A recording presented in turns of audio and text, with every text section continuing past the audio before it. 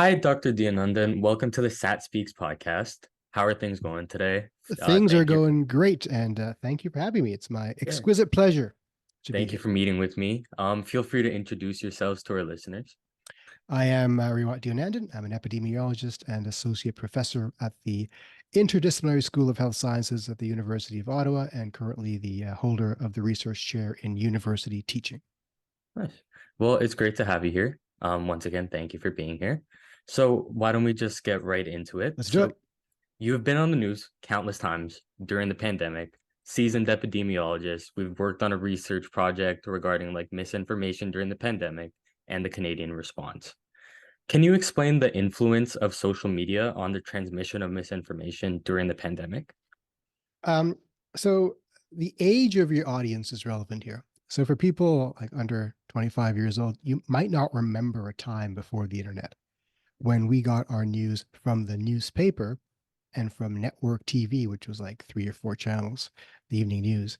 So it was difficult to spread both information and misinformation, and information was the sole purview of mainstream media. With the rise of the internet and of the blogosphere and of discussion forums and now of social media has come the opportunity for both good and bad things. In terms of good things, early on in the pandemic, it was difficult to get up to date information because journalists weren't publishing fast enough. They didn't know what to publish. Scientists were hard to get a hold of. And so you found a couple of scientists online who were willing to speak. And really, I can count them on one hand how many there were. And you follow them for to save your life, and maybe they mention things like, I've got data about the disease happening here and there. Quickly, though, the bad aspects of social media started to show its worth. And by that I mean, if you are a disinformation merchant, someone who specializes in sowing disinformation for the purposes of producing calamity in a society, and those agents do exist, social media is the ideal venue for this. You can plant falsehoods, and they will take root quite quickly. And it's difficult to correct a falsehood once it's found purchase. Also, you can tailor make your falsehood to correspond to the psychologies of the people you're trying to reach. You're never going to lose traction with an audience if you tell them something they already believe. So if you already want to believe that the crisis is over and everything's back to normal, everything's safe, telling them that is going to win them over. Telling them they need to be nervous and take precautions is not going to win them over. So social media, in many ways, lubricates the path of the lie better than it lubricates the path of the truth. And that's the problem and threat of social media. It's not an equal opportunity avenue for information. It does reward some kinds of messages more than others. And it rewards short, perfunctory, concise messages, Yeah. which usually are the ones that are least full of factual information. Mm. Yeah, no, it's pretty crazy. I mean, you know, I'm I don't know life before the internet, right? Like I know all my information during the pandemic was from the way I was getting information before, right? Just going on to Instagram, Twitter, or whatever it's called now, and just seeing what someone who says they're an MD says, or what someone who says they're a professional says. So Oh, yeah, sorry, how I try to interrupt you. Make a good point there, but you can't verify credentials on yeah. Twitter. I mean, you can Google on the side, but what as we discovered during the pandemic is credentials aren't they aren't the absolute arbiter of truthfulness. Mhm. And a lot of the general population doesn't understand the difference between an MD and a PhD, for example, or the fact that just because you're a doctor doesn't mean you understand infectious disease transmission at a population level, or just because you're a PhD, as I am, doesn't mean you understand clinical care. So Mhm. it also played upon the ignorances of the population in terms of expertise, credentialism, and a host of other factors, including basic scientific literacy. Yeah.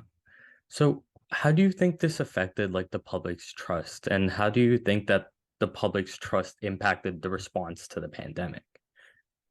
Even before the pandemic happened, the ground was lain with mistrust.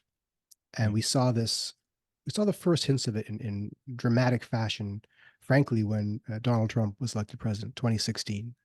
Um, his election signaled to the punditocracy that, oh my goodness, there is a genuine bubbling discontentment in the American population and therefore the Canadian population, and therefore, frankly, the population of the Western world as a whole, a growing distrust of all authority figures.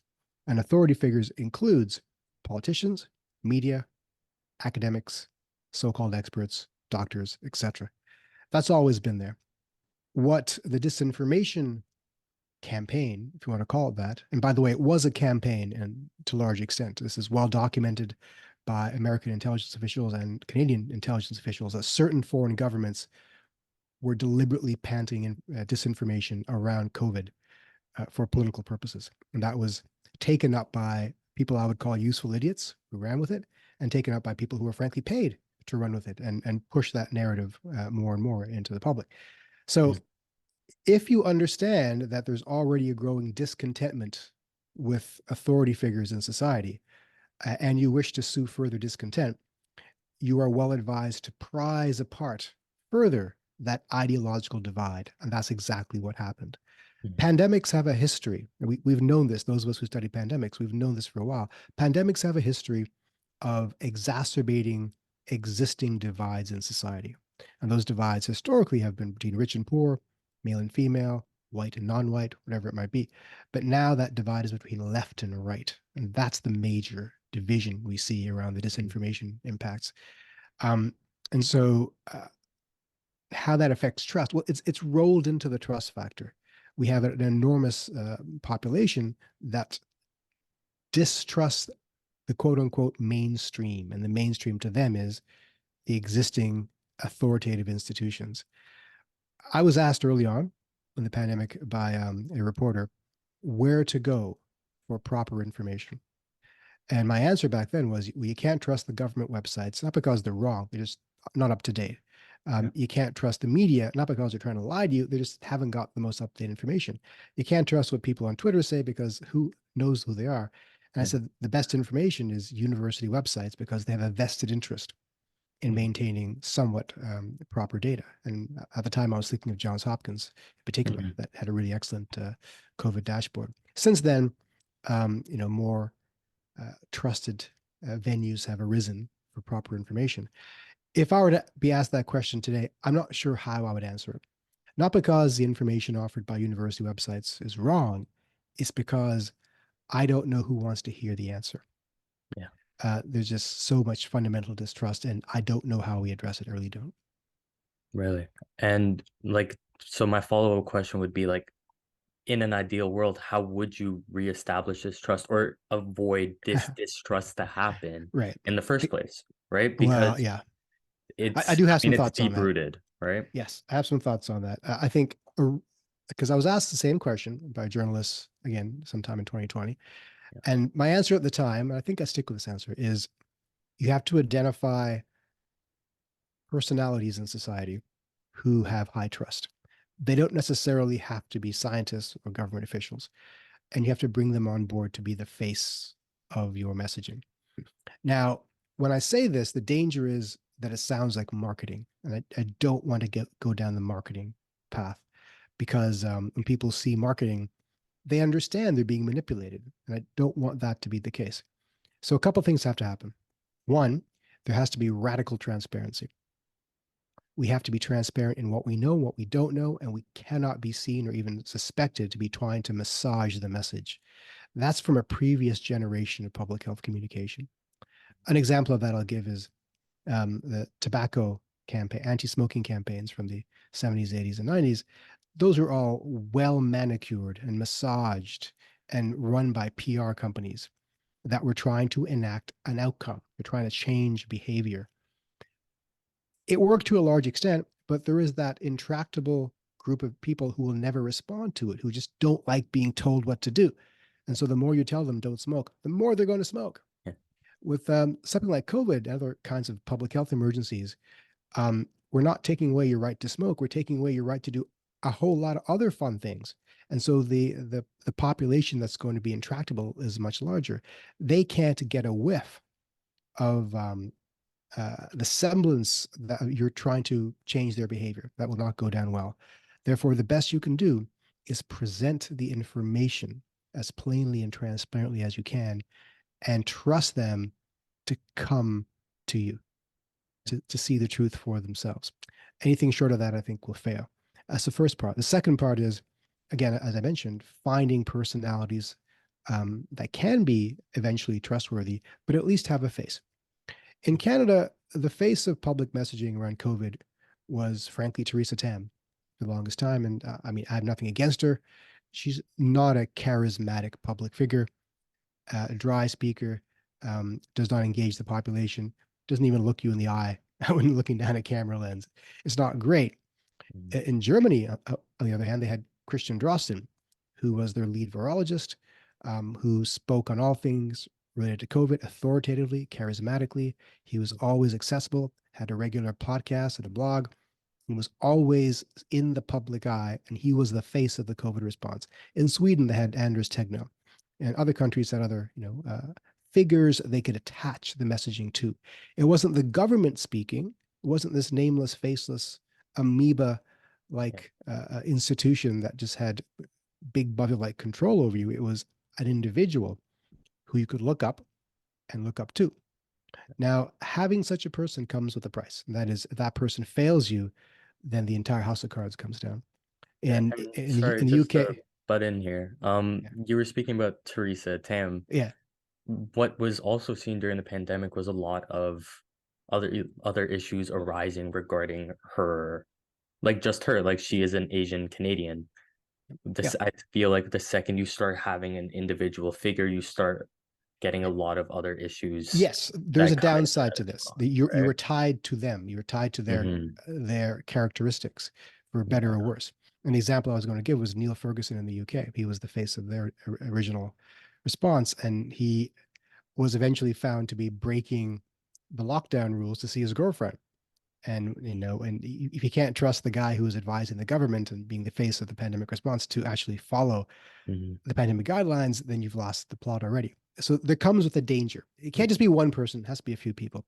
And not just to be the face of the response, but just to be the face of explaining things, just to Mm-hmm. explain things. That's all I would ask. Again, it's not a perfect solution, but those are the only two things that come to mind. And I think of the two, the transparency is key.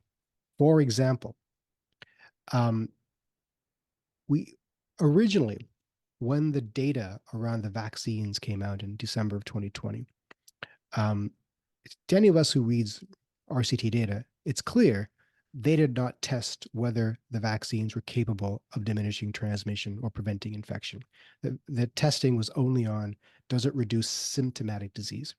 And yet the messaging was, take the vaccine, stop transmission.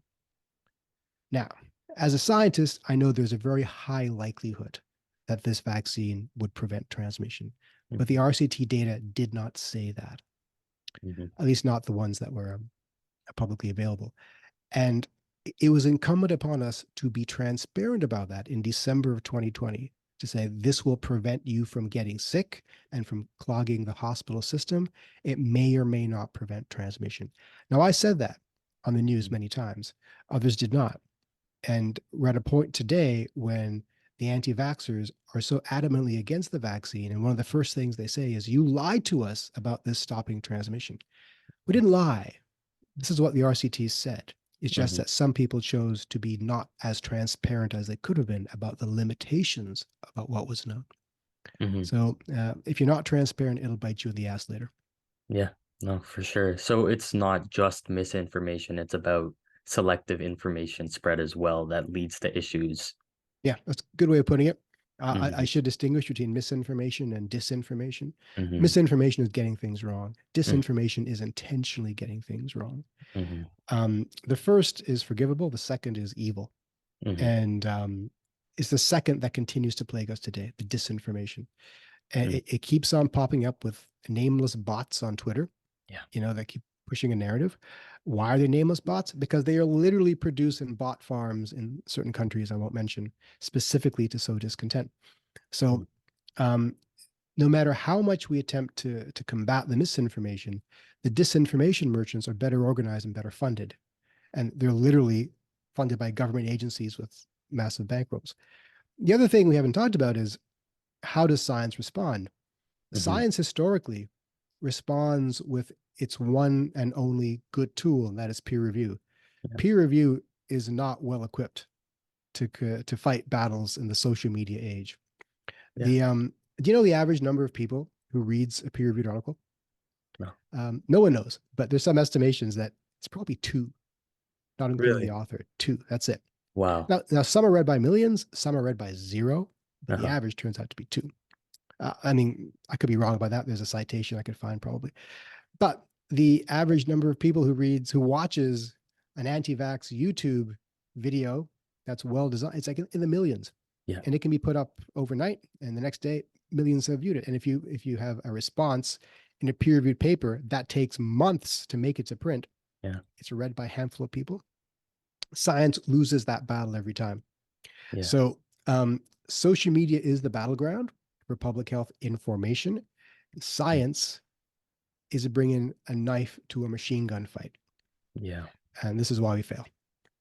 So, and do you have any ideas of how science could, at least level the playing ground or at least Yeah, attempt to? yeah. What we need is a well-funded full-time army of social media professionals whose Mhm. job it is to respond to this nonsense. Yeah. You flood them out. Don't lie. You don't, but you just flood them out with good information. During the pandemic, who's responsible for that? Nobody. Yeah. There are a handful of individuals, and I count myself among them, who did some of that work. We're not paid for it. It's not my job. My job is to be a professor at the university, but I took it upon myself to do some of that. And I know some colleagues did the same thing.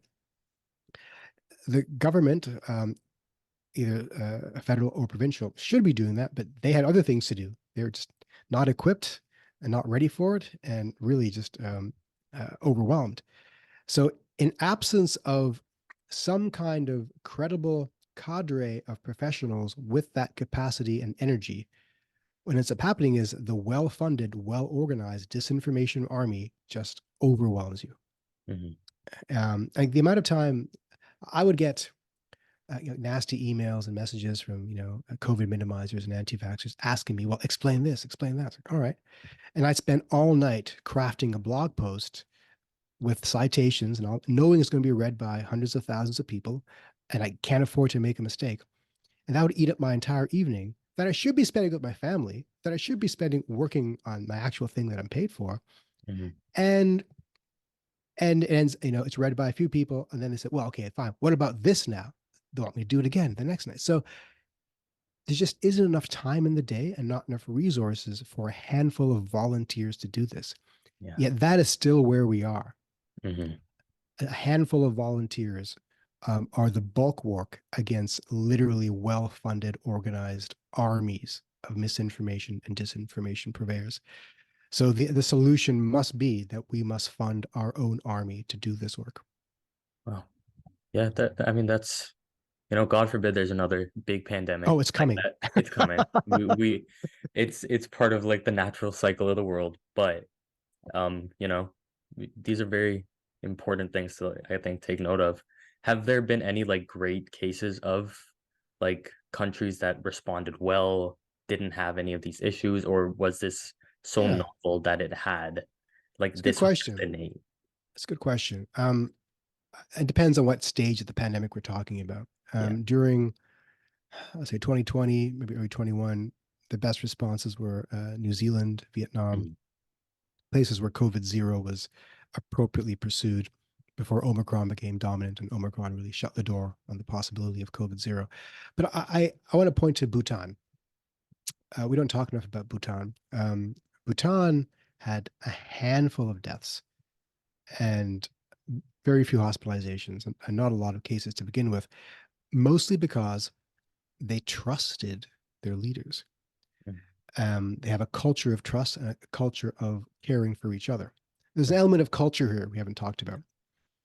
Individualized, libertarian minded cultures tend to do poorly in public health situations because it's every man for himself scenario. Bhutan is very much a communal responsibility culture. So, and also the prime minister has a public health background. Yeah. So he quickly understood what needed to be done. They shut the borders, they controlled the flow of people, They did appropriate testing, and everyone understood that they needed to minimize their contact with each other and so forth. There isn't a lot of social media penetration in Bhutan. Mhm. Um, is not a lot of internet usage in general compared to us in Bhutan. So they are not subject to the pollution, to the noise of social media. That helps enormously as well. Sadly, there's also an element of totalitarianism that tends to favor public health response. So nations with stronger authoritarian leadership can enact by sheer will and force the steps needed to stop transmission, as China did for a long time. Mhm. Nations with more liberty minded have a harder time. They have to rely upon citizen cooperation. Mhm. Sweden is another example. So Sweden famously had no lockdowns, etc. But people have to understand that under Swedish law, it is not possible to have enacted public health restrictions. They had to rely on public trust and cooperation. Mhm. So that's what they did. And there is a lot of, well, there was a fair amount of public trust in Sweden in their public health authority figures like Dr. Tegnell. So there was high compliance. But to answer your question, yeah, the couple of case studies I can think of, Bhutan high among them, the absence of social media could have Yeah. only helped their response. Well, well, a lot to think about. Thank you for your time. If you have any closing remarks, feel free to share. But Yeah, like, yeah, there was a lot. yeah. I So, do have some closing remarks, and that is this: um, uh, COVID-19, I think, was a warm up for coming crises, climate change among them, other kinds of diseases. Public health is a canary in a coal mine for larger social investments in the common good. And we have failed the COVID-19 test. What we need to do is reinvest in a number of things: disease surveillance, vaccine platforms, all that great stuff. But most relevantly, in a culture of civics. So people don't understand what their role is as citizens.